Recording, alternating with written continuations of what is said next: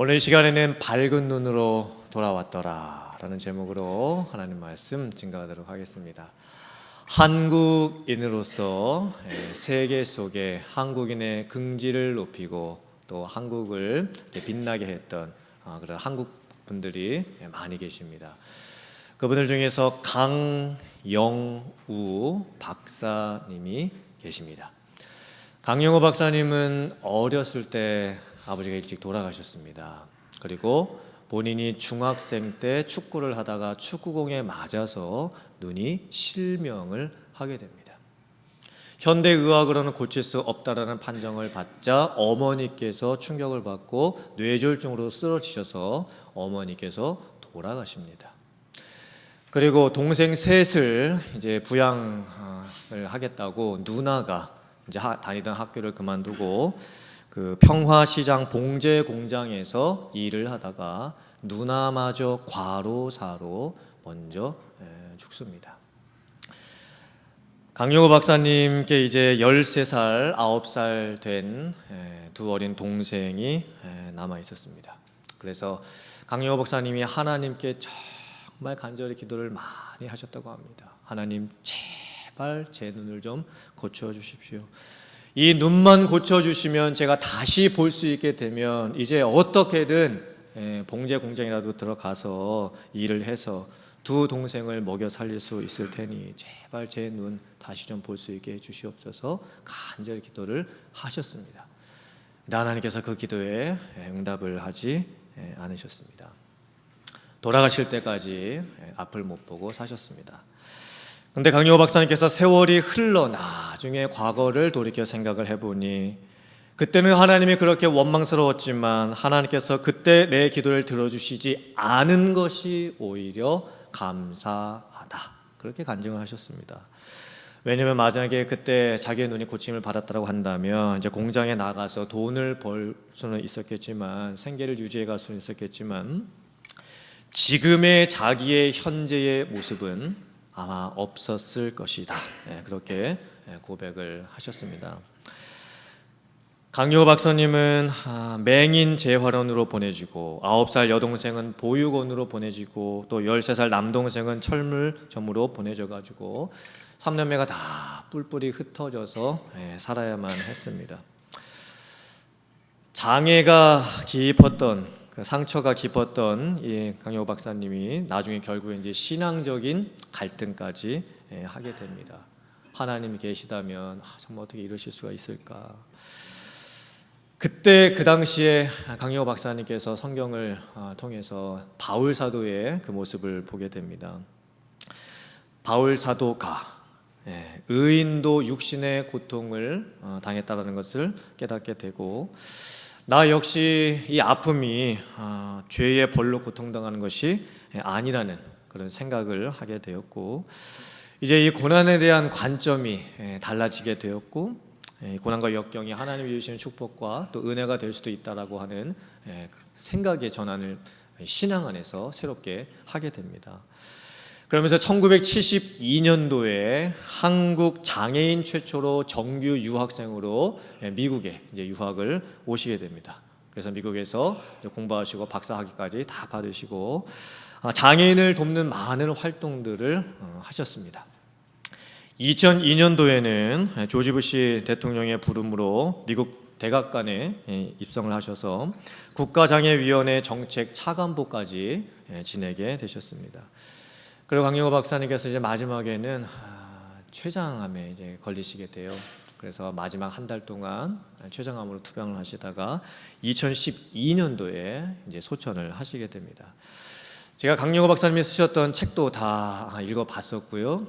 그리고 강영우 박사님께서 돌아가시기 전에 남기셨던 편지가 있습니다. 그것은 인터넷에도 올라가 있습니다.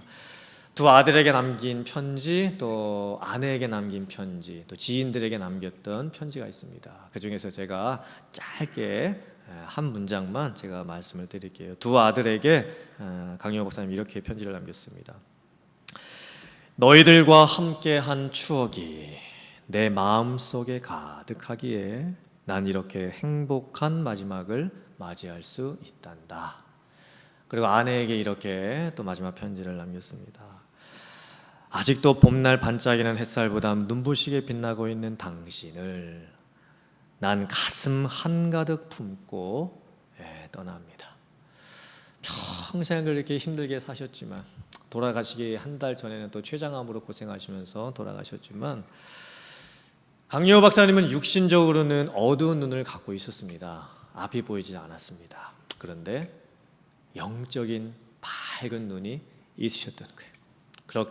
그래서 마지막을 귀한 삶으로 마감을 하실 수가 있었습니다. 오늘 성경 말씀을 보면 한 소경이 나옵니다. 이 소경은 날 때부터 소경이었습니다. 그리고 부모님도 있었습니다.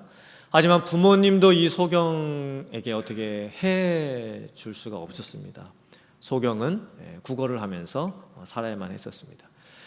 그런데 이 소경이 예수님을 만나게 됩니다. 그리고 소경의 인생이 예수님을 만남으로 인해서 완전히 바뀌게 됩니다. 오늘 말씀을 통해서 하나님께서 우리들에게 어떠한 은혜를 주고 계실까요? 첫째는 약함을 새로운 관점으로 보라는 겁니다. 약함을 새로운 관점으로 보라.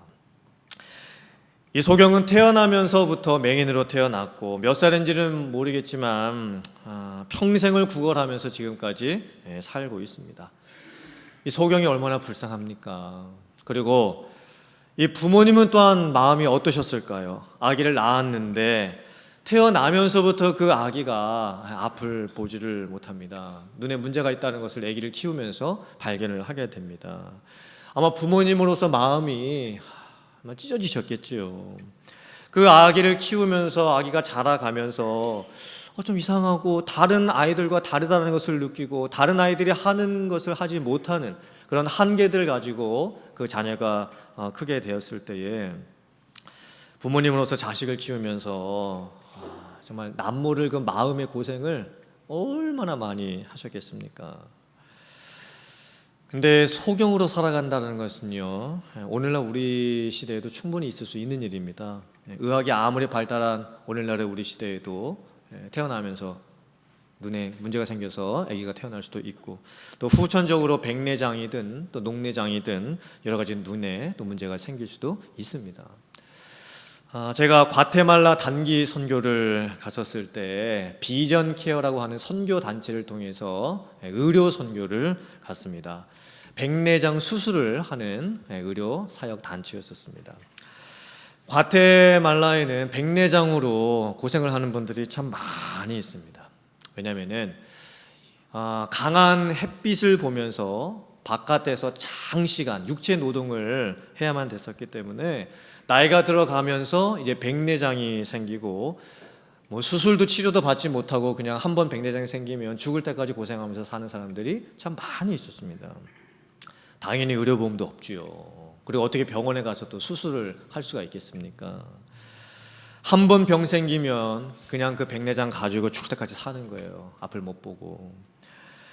이제 무료로 선교단체가 와가지고 백내장 수술을 한다고 하니까 선교사님들께서 자기가 살고 있었던 동네에 백내장 환자들을 데리고 이쪽 저쪽에서 7시간, 8시간 차를 운전해서 이렇게 오십니다.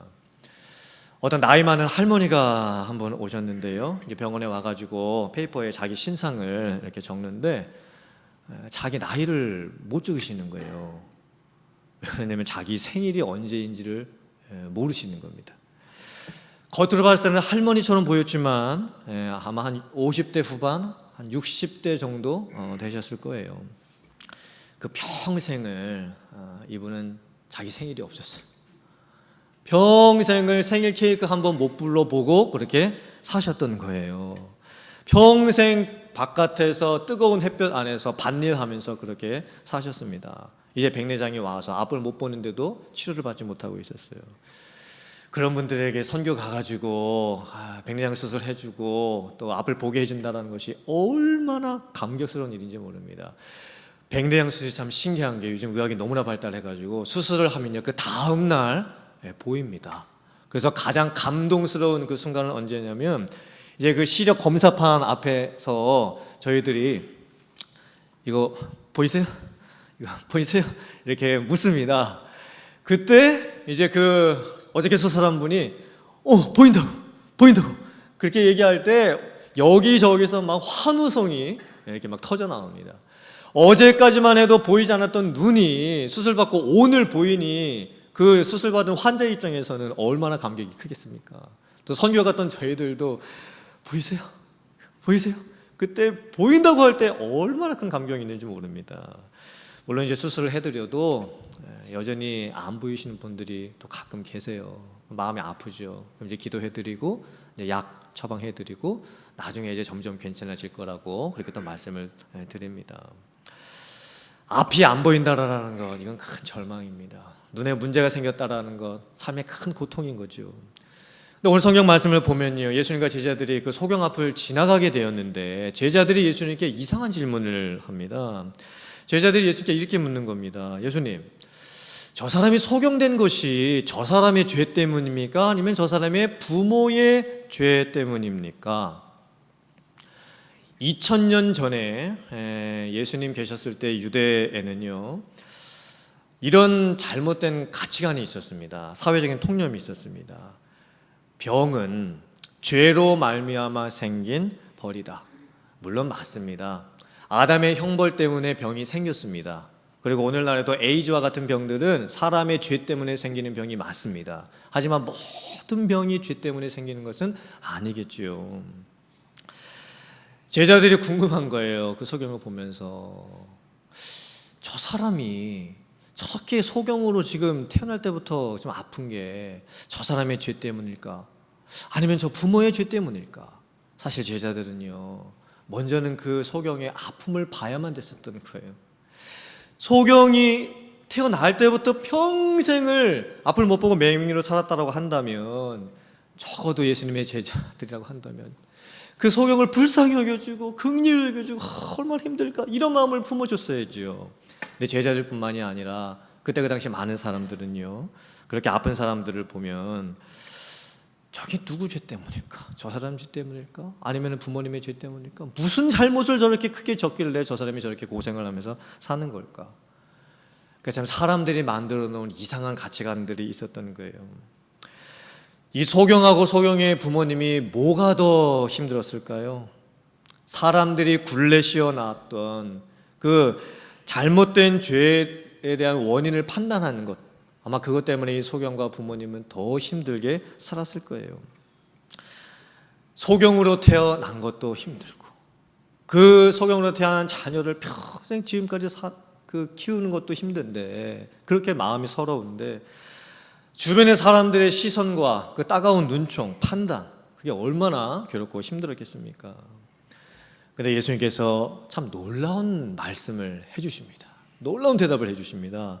요한복음 9장 3절의 말씀입니다. 예수께서 대답하시되 이 사람이나 그 부모의 죄로 인한 것이 아니라 그에게서 하나님이 하시는 일을 나타내고자 하심이라. 여기서 우리는 하나님의 관점으로 세상을 보는 방법을 깨닫게 됩니다.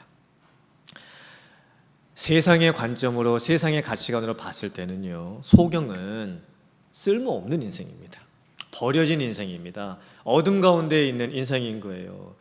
근데 예수님께서 그 소경을 전혀 다른 관점으로 바라봐 주십니다. 그리고 말씀해 주십니다. 저 소경이 소경된 것은 하나님의 일을 나타내고자 합니다. 그리고는 예수님께서 그 소경을 고쳐주십니다. 회복해 주십니다.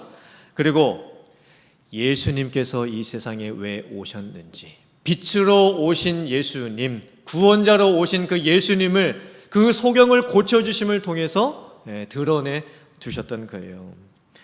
그러니까 이 소경은요, 빛 대신 예수님을 만나고 예수님께서 구원자이시며 생명의 주권자가 되신다라는 것을 이 세상에 나타내는데 이 소경이 쓰임을 받게 된 거예요. 소경이 하나님의 일을 나타내는데 쓰임을 받게 됩니다. 이게 참 놀라운 하나님 나라의 관점이었습니다. 고린도후서 12장 9절의 말씀입니다. 화면 보시고 같이 한번 봉독해 보겠습니다. 시작. 나에게 이르시기를 내 은혜가 네게 족하도다. 이는 내 능력이 약한 데서 온전하여 줌이라 하신지라. 그러므로 도리어 크게 기뻐함으로 나의 여러 약한 것들에 대하여 자랑하리니 이는 그리스도의 능력이 내게 머물게 하려 함이라. 아멘. 바울 사도의 고백입니다. 바울 사도도 육체의 질병이 있었습니다. 참 괴롭고 힘들었습니다. 그래서 하나님께 고쳐달라고 기도했습니다. 그래서 하나님께서 고쳐주시지 않으셨습니다. 하지만 바울 사도는 자신의 약함과 약점과 부족함과 한계를 통해서 자기의 부족함, 연약함을 보게 되고 더 겸손하게 됩니다. 그리고 자기의 약함을 통해서 하나님의 강함을 드러내시고, 정말 세상 사람들이 봤을 때 저분이 정말 저런 일을 못할 것 같은데, 참 몸도 약하고 여러 가지 힘겨운 부분들이 많이 있어서 저런 일을 잘 못할 것 같은데, 그런 일을 해내게 되었을 때에 자기 자신이 드러내는 것이 아니라 정말 하나님께서 저분을 통해서 하신 거구나, 이런 하나님의 역사가 자기 자신을 통해서 드러나는 것을 보고 오히려 바울 사도는 하나님께 겸손하게 또 감사의 고백을 할 수 있었던 거예요. 우리들 또한 마찬가지입니다. 예수님을 믿고 구원을 받으면요, 예전에 없었던 다른 가치관이 생기게 됩니다. 그것은 약함을 새롭게 볼 수 있는 가치관입니다. 세상에서 약함은 부족한 겁니다. 못난 것입니다. 감추고 싶은 것이고 가치가 없는 것이고 속상한 겁니다. 하지만 하나님 안에서의 약함은 다릅니다.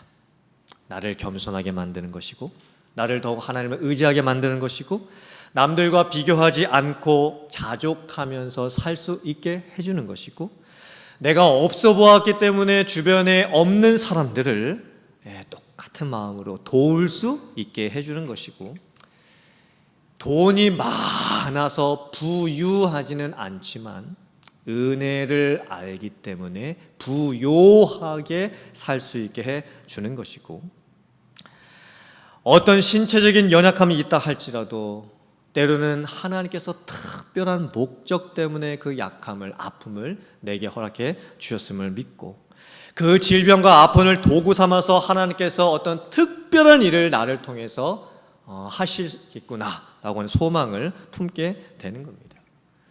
그래서 우리들도 어떤 분들은 선천적으로 어떤 장애와 아픔을 가지고 태어나신 분들도 있죠. 또 몇십 년 동안 평생 여러 가지 힘겨운 어려움을 겪으면서 사시는 분들도 있으실 겁니다. 그리고 오랫동안 기도했지만 아직까지도 응답되지 않는 기도 제목이 있을 수도 있습니다. 하지만 저희들이 믿음의 눈을 열어서 이 약함을 새로운 관점으로 보고 고백하기를 원합니다. 그리할지라도 하나님께서는 여러분들에게 특별한 계획을 갖고 계십니다. 병과 아픔, 한계는 하나님의 벌이 아닙니다. 하나님의 긍휼을 더 깊게 깨닫게 해주는 도구가 될 수 있습니다. 그래서 사랑하는 성도님들, 여러분들께서 세상의 그런 관점으로 나의 약함을 보시면서 실망하지 마세요. 그리고 세상의 관점으로 다른 사람의 약함을 보시면서 저 사람이 무슨 죄가 많아가지고 저렇게 고생을 하면서 벌을 받고 사는 거냐, 이렇게 판단하지도 마십시오. 이제 저희들이 하나님의 관점으로 내 자신을 보고 또 세상을 보았으면 합니다. 그래서 나의 약함은 하나님의 강함을 드러낼 수 있는 도구가 될 수 있고, 나의 부족함은 하나님의 능력을 나타낼 수 있는 도구가 될 수 있음을 믿으면서 하나님 은혜 안에서 내 자신을 보고 주변 사람들을 보고 세상을 보면서 하나님의 관점으로 그 모든 것들을 새롭게 변화시켜 갈 수 있는 성도님들 다 되실 수 있기를 주님의 이름으로 축원합니다. 두 번째 하나님께서 우리에게 주시는 말씀은요, 누가 진짜 소경인가? 영적인 소경에서 벗어나라는 겁니다. 예수님께서 소경을 치료해 주셨을 때에 참 독특한 방법으로 치료를 해 주십니다. 땅에 예수님께서 침을 이렇게 뱉으십니다.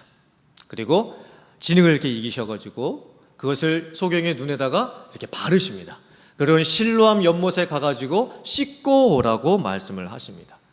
사실 이것은요, 소경의 입장에서 봤을 때 이게 순종하기가 참 쉽지가 않습니다. 이게 얼마나 비위생적입니까? 물도 아니고 침을 이렇게 뱉으시고 거기 진흙을 이겨서 자기 눈에다 바르고, 그리고 연못에 가가지고 씻고 오라고 예수께서 말씀하셨을 때 이 소경도 이거를 순종하기가 쉽지가 않지요. 하지만 소경은 겸손하게 그 말씀에 순종을 합니다. 그리고 실로암 못에 가서 씻습니다. 그리고 돌아올 때 어떻게 돌아왔습니까? 밝은 눈으로 돌아왔습니다. 그런데 문제가 또 다른 곳에서 생깁니다. 예수님께서 이런 방법으로 소경을 고쳐주셨을 때에 바리새인들이 자기들이 가지고 있었던 종교적인 또 이상한 가치관을 가지고 이제 반응을 하고 예수님을 책망하기 시작을 합니다. 바리새인들이 누구였냐면 종교적인 외식주의자들이었습니다. 여러 가지 계명들을 철저하게 지키는 사람들이었습니다. 예수님께서 소경을 고쳐주신 날이 어느 날이었냐면 안식일이었습니다. 예수님 당시의 율법에는요, 안식일에는 그 어떤 일도 하면 안 됐습니다. 어떤 목적을 가지고 계획을 가지고서 심지어 물건을 옮기는 것도 하면 안 됩니다. 이게 물건을 손으로 들어가지고 이렇게 다른 곳에 이렇게 옮겨 놓으면 안 되는 거예요. 오늘날에도요, 유대인들 중에는 이 안식일을 철저하게 율법적으로 지키는 사람들이 아직도 있습니다. 그래서 유대인들 중에서는요, 엘리베이터를 타고 빌딩으로 올라갈 때도 안식일 날 이 버튼을 누르는 게 일이라고 생각을 하고요, 이거를 누르지를 못합니다. 오늘날에도 그런 유대인들이 있는 거예요. 어쩌면 참 사람이 가지고 있는 이상한 종교적 율법적인 가치관이겠죠. 바리새인들이 예수님을 비난하기 시작을 합니다. 안식일에 일을 하지 말라 했는데 어찌하여 예수님은 땅에다가 침을 뱉으시고 또 손으로 그것을 다 진흙으로 또 문지르시고 그걸 또 그 소경에게 이렇게 발라주셨는가? 또 소경에게도 비난을 하기 시작합니다. 어찌하여 안식에 일을 하지 말라 했는데 연못에 가가지고 또 손으로 눈을 또 다 그렇게 씻고 왔는가? 안식일을 범했다라고 하면서 예수님도 책망하고 그 소경까지도 책망을 합니다. 이 바리새인들의 모습도 가만히 보세요. 이 바리새인들은요, 지금 소경이 기적 같은 방법으로 눈을 떴습니다. 평생을 소경으로 살다가 이제 밝은 눈이 되어서 고침받고 돌아온 거예요. 같이 기뻐해 줘야죠. 정말 잘 됐다고 함께 즐거워해 줘야죠. 근데 바리새인들이 그렇게 하지를 않아요. 예수님께서 나중에 이제 이렇게 말씀을 하십니다. 요한복음 9장 39절의 말씀입니다. 예수께서 이르시되 내가 심판하러 이 세상에 왔으니 어떤 자들은 어떻게 한다? 보지 못하는 자들은 보게 하고, 그리고 또 어떤 자들은 어떻게 한다? 보는 자들은 맹인이 되게 하려 함이라 하시니. 세상에서 육체적으로 보지 못하는 사람들을 소경이라고 합니다. 소경이 되면 참 불쌍한 거죠. 어렵게 힘들게 살아갑니다. 근데 더 심각한 것이 있습니다. 그건 뭡니까? 영적인 소경입니다. 육체의 눈을 가지고 있지만 이 믿음의 영적인 눈이 아직 열리지가 않아 가지고 살아가는 사람들, 더 불쌍한 자들입니다. 바리새인들은요, 육신의 눈은 멀쩡했어요. 근데 영안이 닫혀 있었습니다. 그래서 자기 자신의 죄를 못 봐요. 그리고 다른 사람의 죄만 잘 봅니다. 그리고 다른 사람들을 정죄하기를 좋아합니다. 예수님께서는요, 앞을 보지 못했던 소경을 고쳐주셨습니다. 보게 해주셨습니다. 이건 표적이었습니다. 예수님께서 누구신지를 보여주셨던 거예요. 하나님의 아들, 구원자, 메시아, 그리스도 되심을 표적으로 보여주셨던 거예요. 그러함에도 불구하고 바리새인들은 저는 영적인 소경이 되어서 예수님을 믿지를 않습니다. 끝까지 거부를 합니다. 결국에는 예수님을 십자가에까지 못 박고 맙니다. 나는 어떨까요? 우리 성도님들은 어떠십니까? 정말 보야 할 것을 보고 계십니까? 지금 믿음의 영적인 눈이 활짝 열려 계십니까? 이사야서 42장 20절의 말씀입니다. 네가 많은 것을 볼지라도 유의하지 아니하며 귀가 열려 있을지라도 듣지 아니하는도다. 이건 하나님의 백성들에게 주셨다는 말씀이었어요. 하나님을 믿지 않는 사람들이 아니라 하나님의 자녀들에게 주셨다는 말씀이었습니다. 여전히 영적인 무감각과 무지함에 있는 하나님께서 보셨을 때의 안타까운 말씀이셨죠. 아무리 보여주고 아무리 가르쳐 주어도 도무지 깨닫지 못하고 자기 고집만 하나님의 백성들이 부리고 있었던 거예요. 끝까지 자기들만이 가지고 있었던 세상적인 가치관에 갇혀서 하나님의 은혜를 깨닫지를 못하고 있는 거예요. 우리도 똑같을 수 있지요. 교회를 다녀도 여전히 영적인 소경처럼 될 수가 있는 거예요. 시각이 열리는 것보다 영적인 눈이 열리는 것은 더 중요합니다. 은혜가 무엇인지를 아는 것, 하나님의 마음을 품고 하나님의 관점으로 세상을 볼 수 있게 되는 것, 그렇게 됐을 때 이 세상이 완전히 달라 보이게 되는 것, 그 은혜를 저희들이 가질 수 있어야 되는 겁니다. 사실 저는 대학교 2학년이 될 때까지 시각만 가지고 살았습니다. 제 인생의 목표는 뭐였냐? 좋은 대학교에 가서 성공하고 남보다 잘 사는 것이 인생의 목표였습니다. 세상에서 잘 살려면 돈이 있어야 됐고, 또 좋은 직장에 들어가야만 됐고, 또 높은 직급에 또 올라가야만 됐었고, 또 남들한테 뒤처지지 않고 또 남부럽지 않게 살려면 그렇게 살아야 되는 것, 그게 제 인생의 목표였습니다. 근데 제가 이제 대학교 2학년 때 10년 넘게 아프셨던 어머니가 이제 갑자기 돌아가셨을 때 이게 모든 게 무너졌어요. 저희 어머니께서 제가 초등학교 학생 때 저희 아버지께서 신으셨던 양말 빵꾸 나면요, 그 양말 빵꾸 난 걸 다 기워가지고 초등학생인 저에게 어른 양말을 시키셨어요. 그렇게 근검 절약하시면서 돈을 모으셨어요. 누구 때문에 그러셨을까요? 자녀들 때문에 그러셨겠죠. 나중에 다 하게 해가지고 자녀들 주려고. 근데 그렇게 돈 모으면 뭐합니까? 건강 잃으면 끝입니다. 죽으면 다 끝나는 거예요.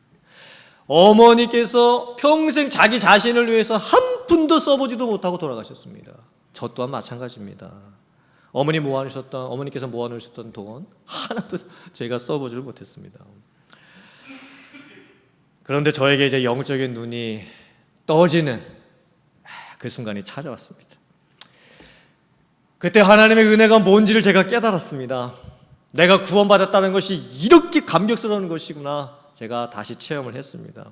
예수님이 왜 날 위해서 죽으셨는지 비로소 제가 그때 깨닫게 되었습니다. 그러면서 그 원망스러웠던 세상이 완전히 달라 보이기 시작을 했습니다. 아마 제가 이 찬양이 그때 있었더라면 아마 저는 진짜 이 찬양을 했을 거예요. 꽃들도 구름도 바람도 넓은 바다도 찬양하라 찬양하라 예수를, 하늘을 울리며 노래해 나의 영혼아, 은혜의 주 은혜의 주 은혜의 주. 내가 살아있다라는 게 얼마나 가슴 벅차는지 모릅니다. 제가 보니까 이 세상에 존재하는 모든 것은 하나님을 위해서 존재하고 있었습니다. 하늘도 땅도 구름도 바람도 바다도 꽃들도 나무도 사람들도 제 인생도 다 하나님을 위해서 존재하고 있었던 거예요. 그러면서 이 세상을 보니까요, 정말 모든 게 신기해 보였습니다. 바람이 불어오는 것도 신기하고, 그 바람이 불어와가지고 나뭇잎을 이렇게 흔들어 놓는 그 작은 움직임도 너무너무 신기하게 느껴졌습니다. 그때 저는요, 완전히 영적인 눈이 열렸습니다.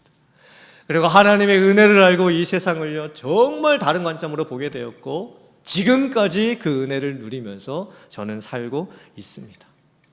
그게 제 간증입니다. 오늘 이 소경도 마찬가지였습니다. 마지막에 이 소경이 비로소 예수님 앞에 이제 이렇게 고백을 하게 됩니다. 요한복음 9장 36절 38절의 말씀입니다. 대답하여 이르되 주여 그가 누구시오니까 내가 믿고자 하나이다. 예수께서 이르시되 네가 그를 보았거니와 지금 너와 말하는 자가 그이니라.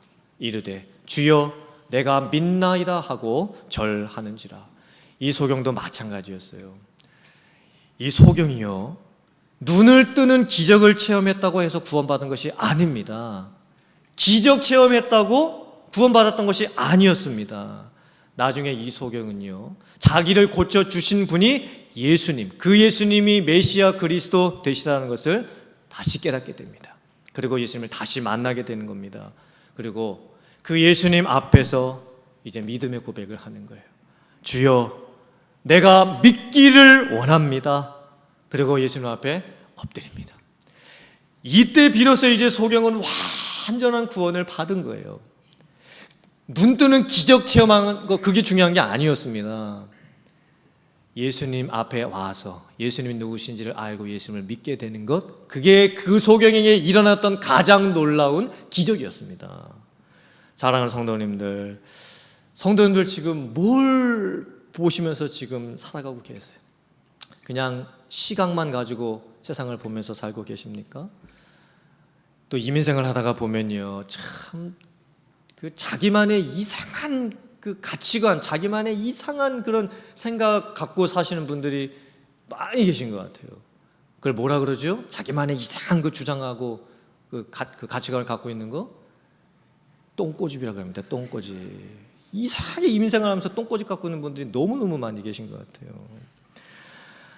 세상적인 눈이나 세상적인 가치관, 그런 것 갖고 사는 인생 되지 마시길 바랍니다.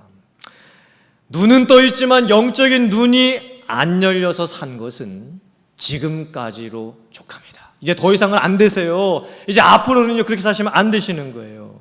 사랑하는 성도님들, 오늘 혹시나 이 자리에 아직도 예수님이 누구신지를 모르시는 분들이 계시다면, 빛으로 오신 예수님, 나의 죄를 깨닫게 해주시고 또 나를 구원하시기 위해서 오신 그 예수님을 믿는 역사가 일어나시기를 주님의 이름으로 축원합니다. 그리고 혹시 교회를 다니시고 있더라도 아직까지 바리새인과 같은 그런 종교적인 외식에 갇혀서 신앙생활을 하시는 분들이 있다면 그 눈도 다시 열릴 수 있기를 간절히 바랍니다. 그리고 이 서경의 마지막 고백, 주여, 내가 믿습니다. 믿기를 원합니다. 그리고 예수님 앞에 절하고 그가 예수님을 만나서 또 예수님을 새롭게 보고 또 이 세상에 돌아가서 세상을 새롭게 보고 남아있는 삶을 살았던 것처럼, 사랑하는 성도님들의 인생에도 나의 약함을 통해서 일하시는 하나님을 알고 세상을 살아가며 또 하나님이 내게 주신 은혜를 영적인 눈이 열려서 깨닫고 살아가면서 하나님의 관점 안에서 하나님이 주신 은혜를 충만하게 누리면서 살아가실 수 있는 사랑하는 성도님들 다 되실 수 있기를 주님의 이름으로 축원합니다. 아멘.